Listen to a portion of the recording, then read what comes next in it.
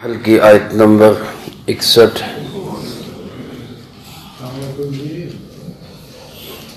الحمدللہ وکفا السلام علی عباده الذین اصطفا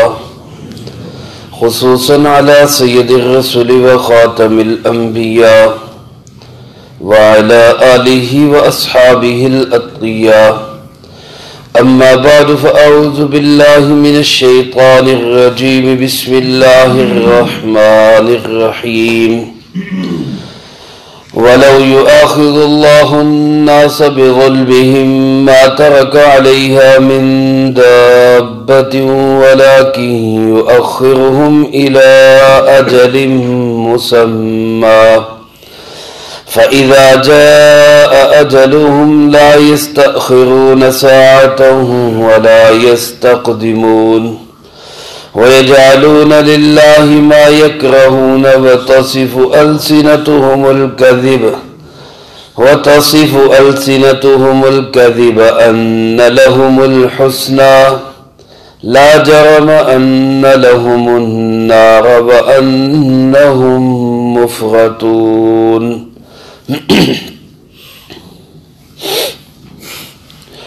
وَلَوْ يُؤَاخِذُ اللَّهُ النَّاسَ بِظُلْمِهِمْ اور اگر اللہ پاک گرفت کرنے لگے لوگوں کی ہر ظلم پر ما ترک علیہ من دابہ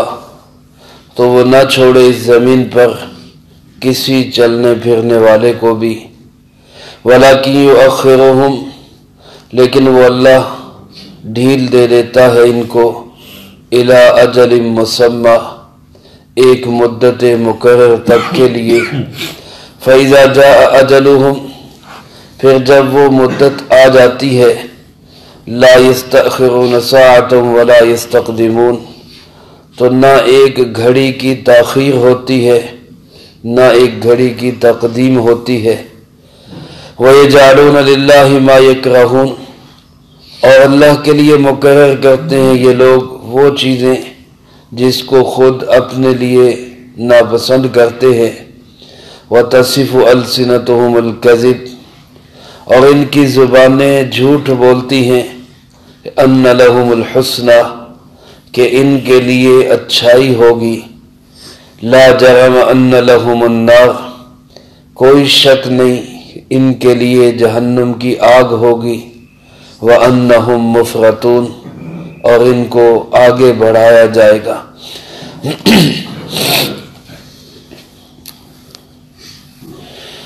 ان آیات مبارکہ میں اللہ رب العزت نے قانون امحال کو بیان فرمایا ہے دنیا کے اندر اللہ رب العزت کا یہ دستور اور اصول رہا ہے کہ اکثر یہی ہوتا ہے کہ کسی بھی ظالم کو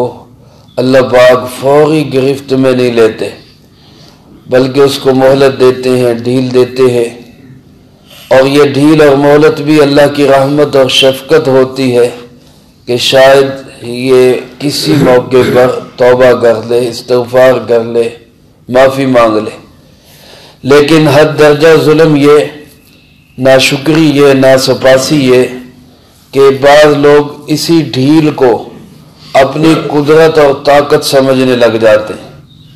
ہم بڑے طاقتور ہیں ہم بڑی قوت والے ہمیں کوئی نہیں پکڑ سکتا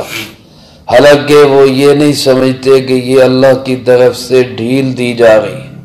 اللہ کی طرف سے ڈھیل دی جا رہی میرے محترم دوستو یہ ایسی سوچ ہے کہ جو کسی بھی ایسے بدعمل کے دل میں پیدا ہی نہیں ہوتی بعض اوقات ایسا ہوتا ہے کہ جو اچھے کام کر رہے ہوتے ہیں ان کے دل میں یہ خیال آ جاتا ہے یار یہ کہیں ہمارا جو یہ عمل ہے یہ کہیں اللہ کی طرف سے ڈھیل نہ ہو علماء نے لکھا ہے میرے استاد محترم حضرت مفتی تقی عثمانی صاحب دامت فیوزہم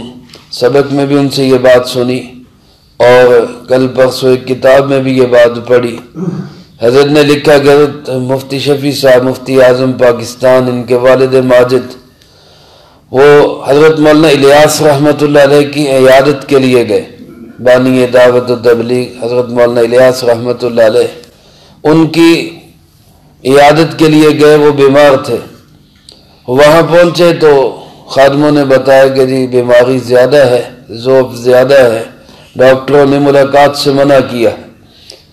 تو اس نے فرمایا میں بس عیادت کے لیے حاضر ہوا تھا، جب ان کو کچھ افاقہ ہو تو میرا سلام عرض کر دینا،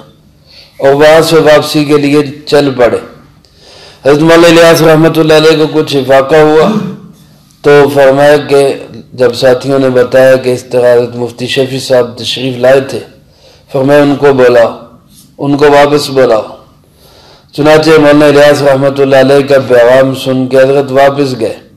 فرمایا جب میں ملا، حضرت نے میرا ہاتھ تھام لیا اور دیر تک روتے رہے تو میں نے سوچا کہ شاید تکلیف ہے، پریشانی زیادہ ہے، اس وجہ سے، دکھ کی وجہ سے رو رہے۔ تو میں نے حوصلہ دیا، تسلی دی۔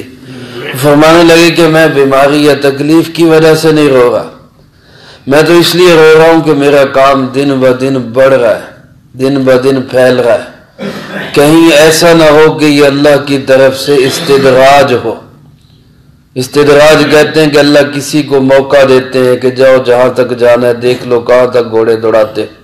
اس کو ڈھیل کہا جاتا ہے، استدراج کہا جاتا ہے۔ فرمایا مجھے یہ ڈر لگتا ہے کہیں استدراج نہ ہو، ڈھیل نہ ہو اللہ کی طرف سے۔ تو حضرت مفتی صاحب فرماتے میں نے کہا کہ آپ بالکل تسلی رکھیں، ایسی کوئی بات نہیں، یہ ڈھیل نہیں ہے، یہ اللہ کی طرف سے قبولیت ہے، آپ کے عمل کی اور آپ کے اس تحریک کی قبولیت کی نشانی ہے۔ تو فرماتے مجھے کہنے لگے کہ کیا دلیل ہے تمہارے پاس اس کی کہ یہ ڈھیل نہیں ہے؟ تو حضرت مفتی صاحب فرماتے میں نے عرض کی کہ حضرت جس کو ڈھیل دی جاتی ہے اس کے دل میں خیال بھی نہیں آتا کہ مجھے ڈھیل دی جا رہی، آپ کے دل میں یہ خیال آنا ہی اس کی دلیل ہے کہ یہ ڈھیل نہیں ہے۔ تو فرماتے یہ دلیل سن کے حضرت کے چہرے پہ بشاشت آ گئی کہ واقعتاً یہی بات ہے، اگر یہ ڈھیل ہوتی تو میرے دل میں خیال بھی نہ آتا۔ دنیا میں اللہ ظالموں کو ڈھیل دیتا ہے، بڑے بڑے ظالموں کو ڈھیل ملتی ہے، اور آخری گرفت تک ان کے دل میں کبھی خیال بھی نہیں آتا کہ یہ ڈھیل ہے، بلکہ وہ یہی سمجھتے رہتے ہیں ہم ٹھیک کر رہے ہیں، ہمیں کون پکڑ سکتا ہے، ہماری قوت پاور بڑی ہے، ہمیں کون گرفت میں لے سکتا ہے۔ اللہ پاک ارشاد فرماتے میری اسی ڈھیل دینے کو طاقت سمجھنے والوں، قوت سمجھنے والوں، اگر میں تمہارے ہر ظلم پہ گرفت شروع کر دوں، وَلَوْ يُؤَاخِذُ اللَّهُ النَّاسَ بِظُلْمِهِمْ، اگر اللہ مواخذہ شروع کر دے انسانوں کا ہر ظلم پر، تو فرمائے مَا تَرَكَ عَلَيْهَا مِن دَابَّةٍ، تو پھر تو زمین پہ کوئی بھی چلتا پھرتا باقی نہ بچے۔ دابہ اصل میں کہتے ہیں ہر وہ چیز جو زمین پہ چلے، ما یدب علی الارض، اس میں وہ چیزیں بھی داخل ہیں، یمشی علی رجلین، یمشی علی بطنی، یمشی علی اربع، کچھ چیزیں ہیں جو زمین پہ 4 ٹانگوں سے چلتی، کچھ ہے جو 2 ٹانگوں سے چلتی، کچھ ہے جو پیٹ پہ رینگتی ہیں۔ تو دوڑنے والی، چلنے والی، رینگنے والی کوئی چیز زمین پہ نہ بچے اگر اللہ ہر ظلم کا مواخذہ شروع کر۔ علماء فرماتے ہیں یا ظلم سے مراد ایک چھوٹی سے چھوٹی برائی سے لے کر شرک جیسا بدعمل کام، یہ سب ہی ظلم ہے۔ اگر اللہ ہر ظلم پہ گرفت کرے تو پھر کچھ بھی زمین پہ نہ بچے۔ یہاں بعض مفسرین کرام فرماتے ہیں ظلم سے مراد محض شرک ہے، کہ شرک پہ اگر اللہ ہر شرک پہ مواخذہ شروع کر دے، لیکن زیادہ تر مفسرین کا خیال یہ کہ یہاں ہر ظلم مراد۔ بعض اوقات اہل ایمان کے دل میں بھی آ جاتا ہے خیال، ہمارے دلوں میں بھی بعض اوقات یہ بات آ جاتی، یار اتنے ظلم ڈالی امریکہ نے، اللہ کیوں اس کو گرفت میں نہیں لیتا؟ پوری دنیا میں آگ لگائی ہوئی، شام میں اور لیبیا میں اور عراق میں اور اب پاکستان میں، افغانستان میں، کشمیر میں، ہر جگہ پہ آگ اور خون کی ہولی کھیلی جا رہی، کیوں اللہ ان ظالموں کو نہیں پکڑ؟ تو اللہ پاک ہمیں بھی تسلی دیتے ہوئے فرماتے ہیں اگر میں ہر ظلم پہ پکڑنے لگ جاؤں تو پھر تو زمین پہ کوئی بچے ہی نہ۔ اللہ کے ہاں ایک وقت ہے، ہر چیز کا ایک ٹائم طے ہے، اسی وقت پہ گرفت ہوتی. چنانچہ فرمایا وَلَكِ يُؤَخِّرُهُمْ إِلَىٰ أَجَلٍ مُّسَمًّى، اللہ ڈھیل دیتے ہیں، اللہ مہلت دیتے ہیں، تاخیر کر دیتے ہیں ایک مدت مقرر تک کے لیے. اور پھر جب وہ مدت آ جاتی ہے فَإِذَا جَاءَ أَجَلُهُمْ، جب وہ مدت آ جاتی ہے تو پھر نہ اس میں ایک لمحے کی تاخیر ہوتی ہے نہ ایک لمحے کی تقدیم ہوتی ہے. پھر کوئی مہلت نہیں دی جاتی، پھر کوئی بچا نہیں سکتا. میرے محترم دوستو، یہاں جو علماء فرماتے ہیں کہ فرمایا کوئی زمین پہ چلنے پھرنے والا نہ بچے. تو حضرت ابو ہریرہ رضی اللہ تعالیٰ عنہ سے سوال کیا گیا کہ اے ابو ہریرہ، کیا ظالموں پہ جب عذاب آتا ہے تو اس کا اثر جو ہے وہ باقی مخلوقات پہ بھی پڑتا ہے، یہ صرف ظالموں پہ پڑتا ہے؟ تو حضرت ابو ہریرہ رضی اللہ تعالیٰ نے فرمایا کہ ہر مخلوق پہ اس کا اثر پڑتا، ہر مخلوق پہ. حتیٰ کہ فرمایا یہ جو سرخاب پرندہ ہے دور دراز کے علاقوں میں گھونسلہ بناتا ہے، دور دراز. فرمایا کہ یہ اپنے گھونسلے میں بیٹھا ہوا بھی اللہ کے عذاب سے متاثر ہوتا ہے، اللہ کے عذاب کی گرفت میں یہ بھی آتا ہے. جب ظالموں پہ گرفت آتی ہے تو پھر ہر مخلوق جو ہے وہ بھی گرفت میں آتی. تو اللہ پاک اسی لیے ارشاد فرمایا گیا کہ جب حدیث مبارک میں ہے، حضرت مولانا صوفی عبدالحمید سواتی رحمۃ اللہ علیہ نے بھی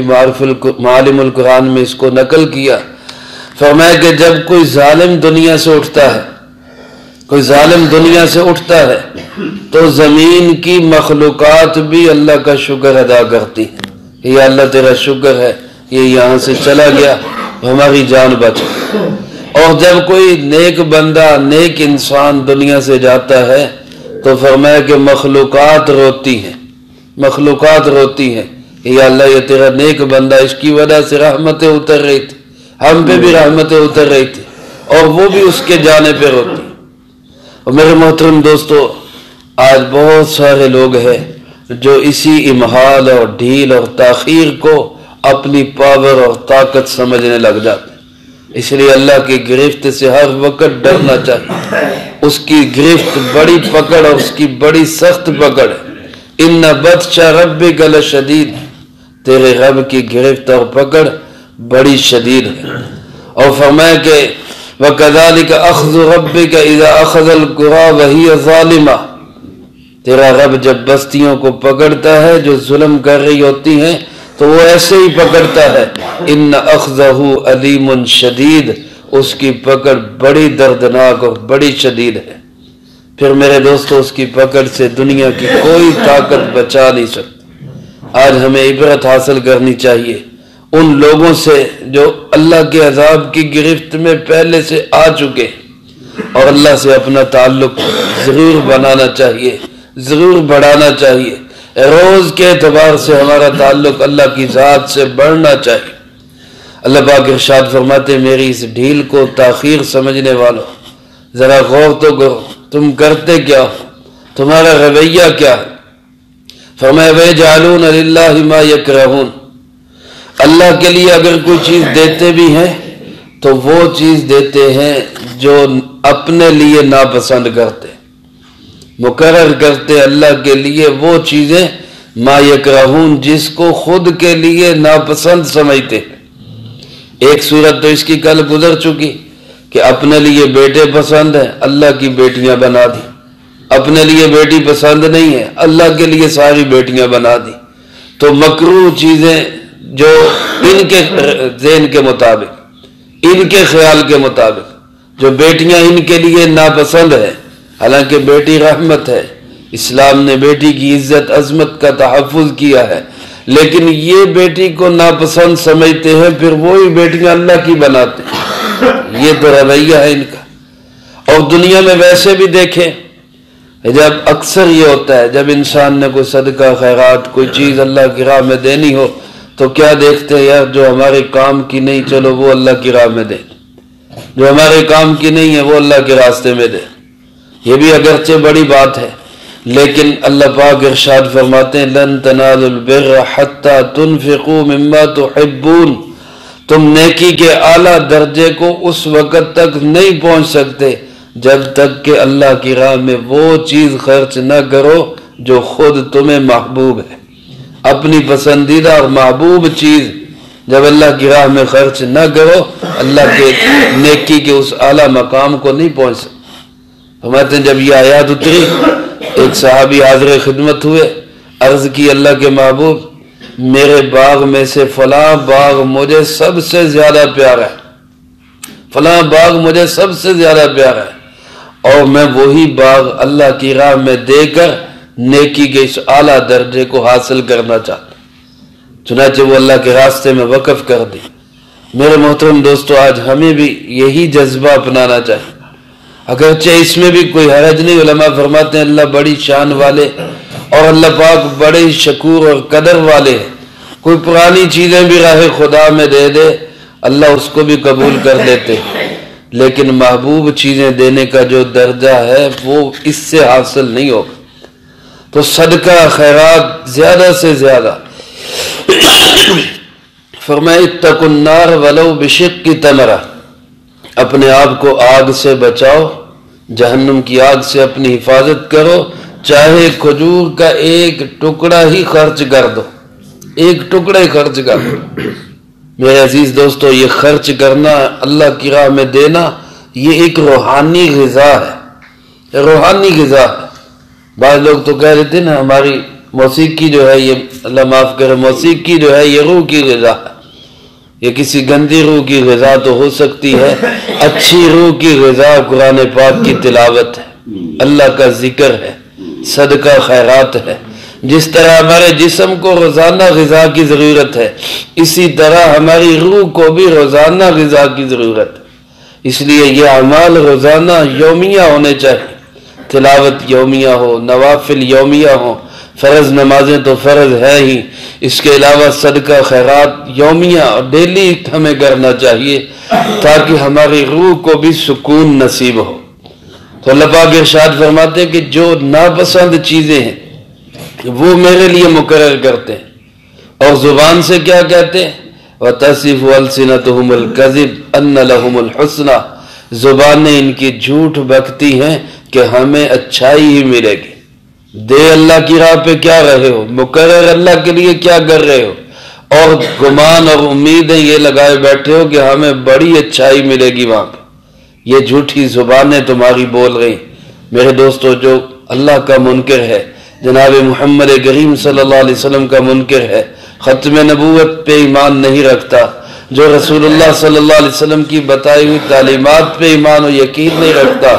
وہ خدمت خلق کر کے یہ سمجھ رہا ہے کہ مجھے آخرت میں بڑی اچھائی ملے گی۔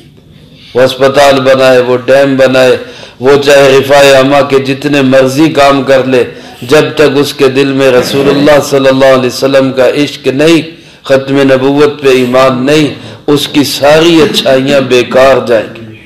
یہ تو معمولی چیزیں ہیں، سڑکیں بنانا، پل بنانا، ڈیم بنانا، اسپتال بنانا، رفاع عامہ کے کام معمولی چیزیں ہیں۔ عرب کے لوگ کیا نیکیاں کرتے تھے، حاجیوں کو پانی پلاتے تھے، حاجیوں کو پانی پلاتے تھے، حجاج کی خدمت کرتے، بیت اللہ کی تعمیر اور اس کی صفائی اور اس کی جو ہے تمام تر ضروریات کا خیال رکھتے، اور پھر وہ آپ صلی اللہ علیہ وسلم اور آپ کے ساتھیوں سے کہتے کہ تمہارے پاس کیا ہے، ہم تو بیت اللہ کے خادم ہیں، ہم تو حاجیوں کی خدمت کرتے ہیں، ہم تو اتنی اچھی نیکیاں کر رہے ہیں۔ تو اللہ پاک نے کیا فرمایا، اجعلتم سقایۃ الحاج وعمارۃ المسجد الحرام کمن آمن باللہ والیوم الآخر، کیا تم سمجھتے ہو کہ حاجیوں کو کی خدمت کرنا اور بیت اللہ کا خیال رکھنا اور اس کی تعمیر کرنا، یہ شخص اس کے برابر ہو سکتا ہے جو ایمان رکھے اللہ پہ اور آخرت پہ؟ یہ برابر نہیں ہو سکتے۔ اللہ پہ ایمان اور آخرت پہ ایمان رکھنے والا اور اللہ کے راستے میں جہاد کرنے والا، یہ سب سے اونچا درجہ رکھتا ہے، چاہے اس کے پاس بیت اللہ کی خدمت ہو یا نہ ہو۔ تو میرے محترم دوستو، آج ایسا بگاڑ پیدا ہو گیا